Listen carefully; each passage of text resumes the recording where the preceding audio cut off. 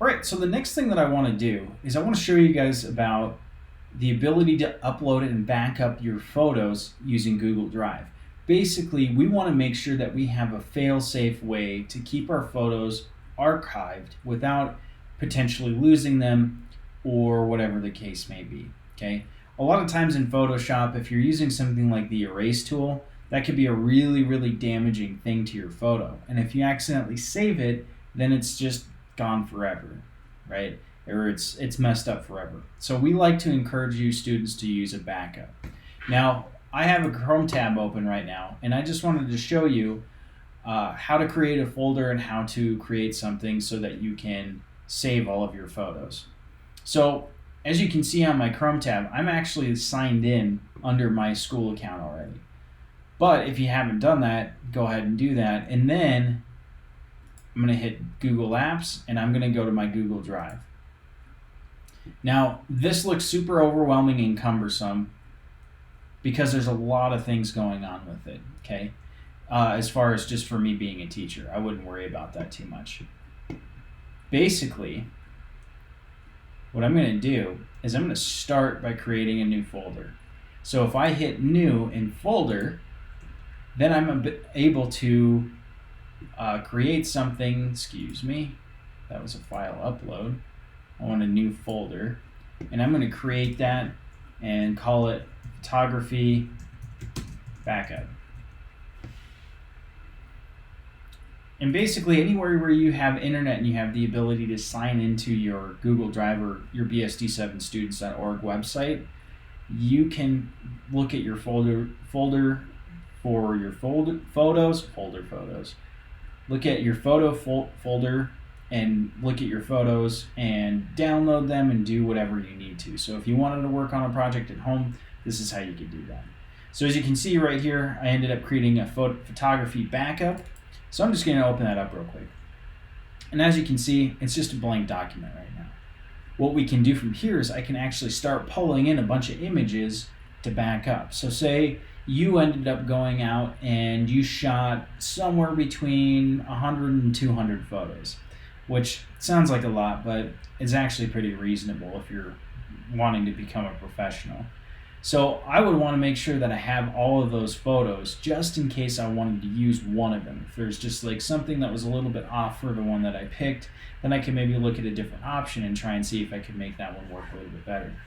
So what I'm going to do is I'm actually going to go ahead and back up my ColourPop pictures.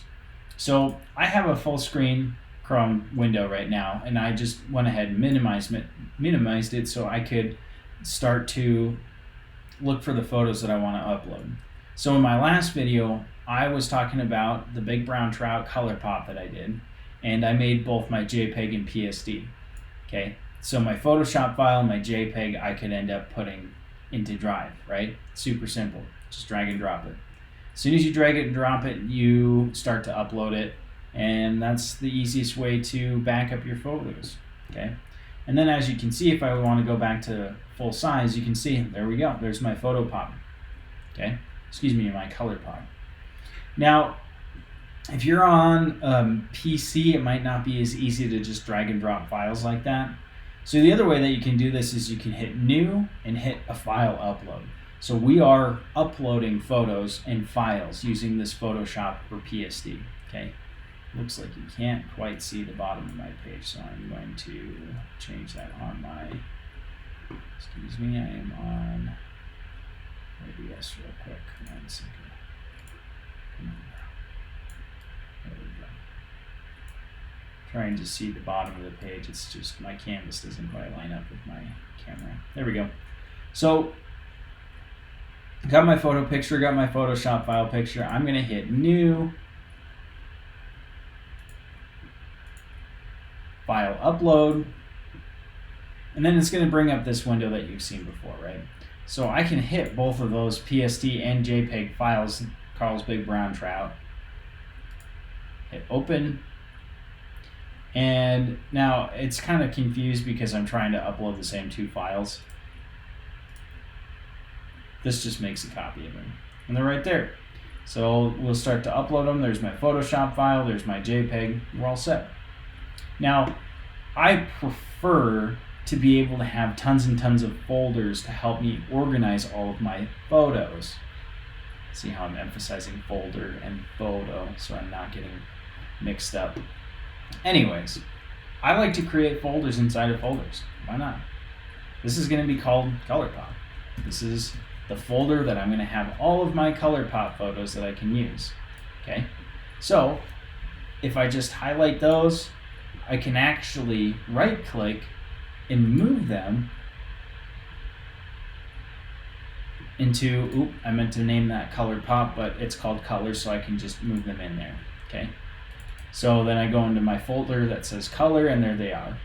The reason why you would want to do this is I actually tell my students to organize by project. So I could realistically, if I wanted to find a different shortcut, you'll see that I can just simply right click anywhere onto my Google Drive and that new folder option will pop up. I could say this is going to be my first 6 pics folder. I could also have beginning composition. I could even have a new folder of photos of winter. And then obviously we gotta have the one titled random, because this is MySpace in the late 2000s where everybody has a photo album called Random. I'm making a joke from 10 years ago. Anyways, that's it. I highly encourage you to use Google Drive. It's a really, really excellent tool. And just make sure that all of your photos and all of your projects stay safe. So, anyways, hope you enjoyed. I'll talk to you soon.